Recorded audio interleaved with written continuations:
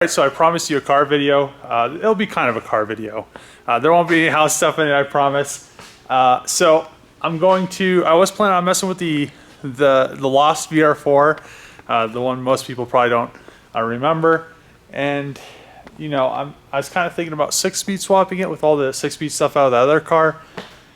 But then I was also thinking it's such a big pile of crap that I'll probably just end up pulling the transfer case off of it and putting just another 5-speed transfer case in it, just so it runs. Well, it runs currently. It just doesn't drive because of how the center diff is. It wants to see power going to the rear wheels to actually work. So I'm going to be stealing Trevor's little engine stand right there because this 1J is pretty much just a parts 1J, so it doesn't really need to be on an engine stand. I was going to stick my 2J that's over here actually on an engine stand and start working on it a little bit because you know, because that's probably something that I need to do a little bit, and then it just won't be like sitting around being kind of worthless. So yeah, I'm gonna definitely get to work, do some time lapses. Hopefully you guys like this automotive video on my channel, but my whole channel isn't automotive related anyway. It's just what I do. So I know all those people that are mad about the house stuff, you know, there's still gonna be house stuff, and there'll be more house stuff when I build my new house and build a shop. So if you don't like the house stuff, you're gonna be seeing some. So I'll probably get used to it. But you know, gonna mess with the 2J today. So just kind of changing things up a bit. I may pull the VR4 in, but the only issue with pulling that in is it's pulling it in, it's towing it, because it doesn't actually move under its own power right now because of that transfer case that's exploded. So I'm gonna get to work.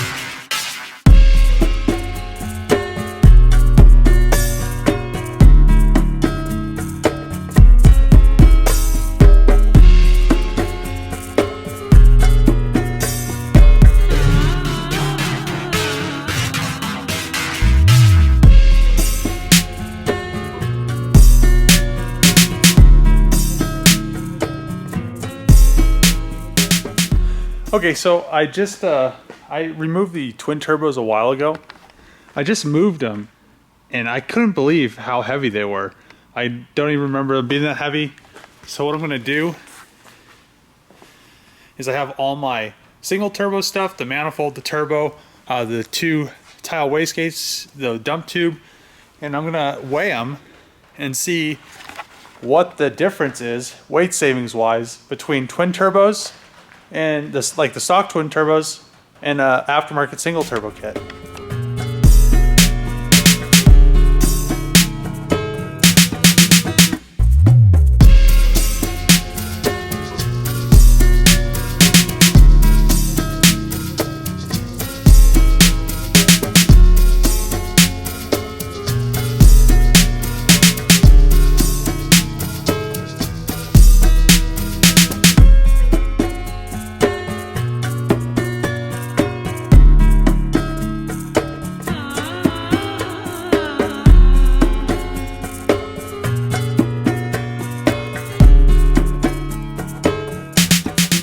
And the JZ is on the engine stand.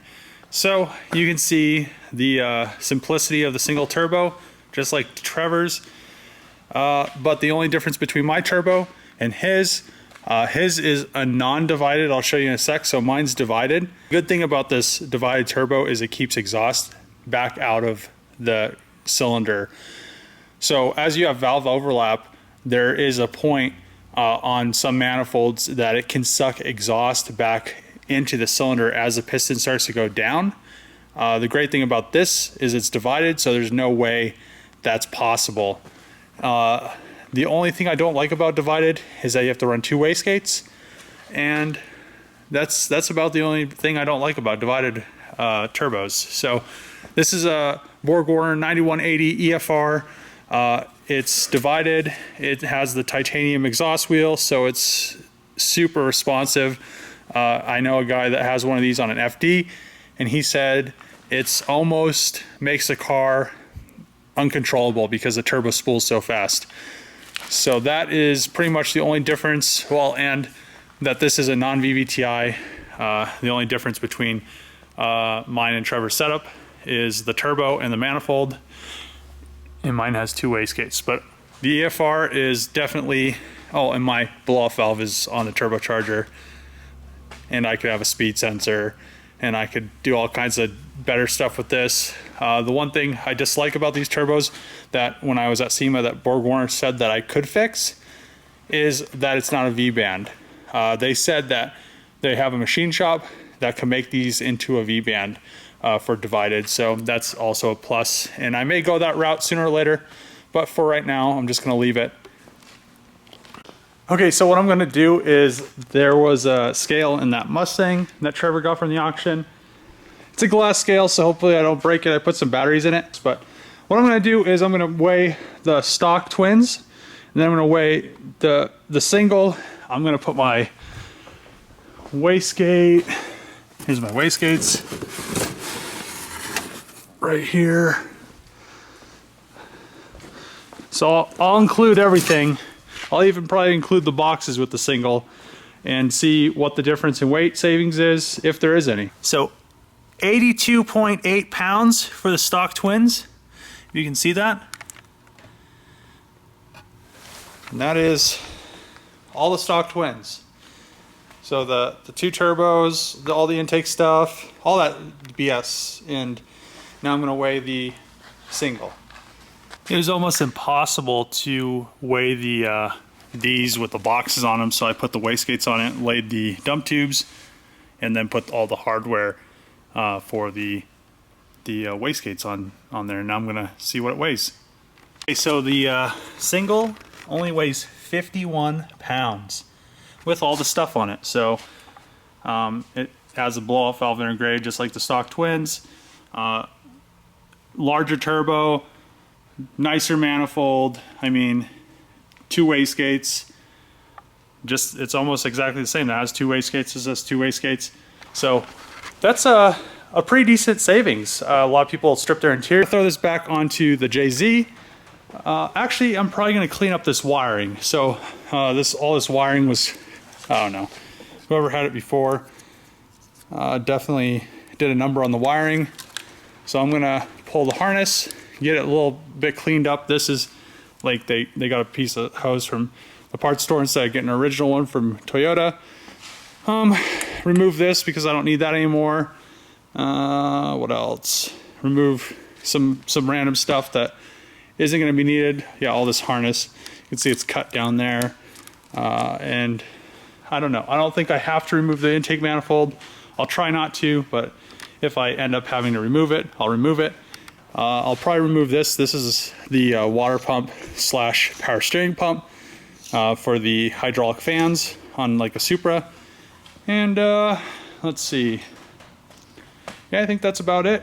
And then bolt the turbos back on and you know, go from there. Try to get it as cleaned up as possible. I need to plug one of these ports, and I need to get a little adapter. Get a little adapter so I could plumb all the stuff for the actual oil return and the oil feed. So I just pulled the wiring harness off. Well, the intake manifold, the upper intake manifold, to get the wiring harness off. It had some really good wiring repairs done to it. I think these are probably the best I've seen.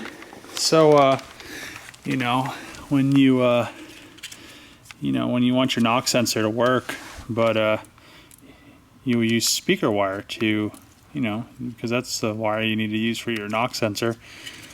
Yeah, I mean, this harness, I'm glad that I got rid of. I'm getting rid of it and cleaning it up a little bit, going with something a little bit better. Another thing is, I don't have a flashlight, but the intake ports look very nice. They don't look like they have any buildup or anything. They look about as clean as the back turbocharger, which almost look brand new. So that's a plus. Another plus with this 2J that I got. As long as the rest of it's good, I don't know. I got it pretty cheap, so there has to be something wrong with it. Other than that wiring and stuff like that, I probably should do a compression test on it to see exactly what I'm getting myself into before I throw it in a car. And or maybe I just got lucky. I don't know. But you know, it's that what they say. It's too good to be true. Then it probably is. So I'm gonna keep removing stuff. The injectors, Trevor pulled mine off to put on that Supra because he thought that's what was wrong with it. But it smells like bad fuel in there, so most likely these injectors are they're probably good. They probably just need to be cleaned out. Other than that, I am going to pull off the oil filter housing because I'm going to run an oil cooler. And what else?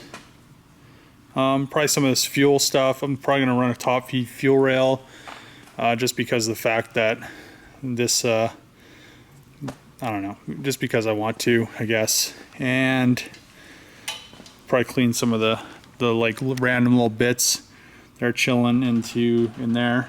Up there's a bolt, and pull the spark plugs. Maybe do a compression test. Throw like a, well, I need a flywheel or an automatic flex plate or something on there. But yeah, or maybe I'll just turn it over with a breaker bar, and because I need to pull this crank pulley off. It's messed up. Just pulled the plugs and checked down the cylinders. Everything looked decent. Didn't look like there's any detonation. The plugs don't look like they're burning lean or anything when it was running. I don't even know if this thing ever, how the harness was. I doubt this thing, it probably got imported. Never even was put in anything, never started, never ran. So yeah, I'm kind of excited that it looks that good down there. You can't see it. I don't have a flashlight or anything, but yeah, the plugs aren't bad. And yeah, so that's a good thing. I'm gonna put the plugs back in, probably stick those coils that were out of the SC just temporarily in there, just to fill a hole. And what else? I'll probably stick the turb skis back on there and get it all bolted up actually, and then I'll worry about figuring out what I'm going to do with this hydraulic power steering stuff going on there, or not power steering, but water or hydraulic fan / water pump. I might get rid of the power steering pump as well. There's no AC compressor on it, unfortunately. I do want to run AC, so I'll probably use the AC compressor out of the SC. If that's the same, if it bolts up, I definitely want to have AC. So I'll probably be doing that. And what else? I need to figure out what I'm going to do with all these coolant lines. So I may use these hard lines, I may not. We'll see what happens. But I want to eliminate as much of this random line stuff going on here as I possibly can. My plan is, since the wastegates and the turbo are cooled, and because I may run a water to air, I may put all that on its separate, like its own circuit. I'm not exactly sure what I'm putting this JZ in yet. The plan is to put it in the SC. Also, like a side plan would be to put it in my blue coupe. That's in one of my shipping containers that I have been missing a long time and wanting to drive. But it has all factory aero on it. I don't want to cut the front bumper. Original aero bumpers are hard to come by. A lot of people cut them up. I have no intention to cut it up. So it's either an LS swap or like a 2J or an RB26, but I won't run an intercooler. I'll run a water to air. I got the turbo and the wastegates bolted on, the exhaust manifold, and yeah, I think that's it. I think that's all. That's all I have right now. So I wanted to do kind of a comparison. I know a lot of people are hyped up about Garrett turbochargers just because there's so much media coverage on them. Everybody uses them. So this is what we have going on right here. So we have my non-VVTi 2J. I have the Borgwarner EFR 9180, 2 tile wastegates, dump tubes, a full race blow-off valve. It replaces a stock Borgwarner blow-off valve. The great thing about this is the turbo is all, well, pretty much just doesn't have the wastegates. You could get an internally gated one of these. I really do like the internally gated ones. And this is a divided turbo. So this will produce, technically this will produce more power. That's a plus about this turbo. Garrett does offer the same thing. I think these turbos, I don't know what's up with Borgwarner's numbering system, but I feel like these are probably pretty comparable turbochargers in size and in performance. I think they're both like around 8 to 1,000 horsepower turbochargers. And, you know, I do have a love for Borgwarners. Trevor has a love for the Garretts. One thing that I do love about the Borgwarner is it has the EFR. It has a titanium, composite titanium exhaust wheel. Not this year, but last year at SEMA, they had some exhaust wheels from Garrett and other turbo manufacturers, and their exhaust wheel, their titanium one, and just holding them in your hand, the Garrett one felt like a brick, and the Borgwarner one felt like a feather. They're both great turbochargers. They're both similarly priced. In price, this is like a $2,500 turbocharger, and I think that's like a $22-ish $100 turbocharger. So, you know, the only difference between these two engines, that's the VVTi, non-VVTi, and the turbos are obviously the exhaust manifolds. This is a non-divided exhaust manifold and turbo. You can see this one is a divided, that's why there's 2 wastegates. I do like how this is divided almost, because it's they do collect into a larger, and then it kind of evens out. Performance-wise, not exactly sure yet, because the engine hasn't been in a car. It hasn't ran. Neither has this one. Trevor just has experience with his 240, the giveaway car, and stuff like that. So on like stock versus stock with a bigger turbo, I mean, they do make around 450, 50-ish stock, because that's all the injectors can handle. I think what's going to happen is I want to kind of build this. The only reason that I have doubts is because it's a non-VVTi, so I feel like people are going to be like, well, it's not just the turbocharger, but the engine. I feel like the VVTi does have an advantage because it is VVTi. I think the big misconception, which Trevor does explain in a lot of his videos, is that people are afraid of the VVTis not making power, and like ancient technology, people couldn't tune the VVTi, but now you can. So I do think the VVTi has an advantage over the GTE. So we'll definitely see. I think that we'll be having some fun soon. Trevor will have this in his Supra, and I'll either have this in the SC or an S13, but I'll figure it out sooner or later. So yeah, it's kind of interesting to see how this project's going to go. All right, did some stuff to the JZ, kind of got it a little bit cleaned up. Took that hideous wiring harness off of it and kind of cleaned up the intake manifold, put the intake manifold back on. Actually put the turbo all the way on with the wastegates and dump tubes. So now I just need to figure out the whole draining situation, the feed line, and some of the coolant lines for the wastegates and the turbocharger and all that stuff.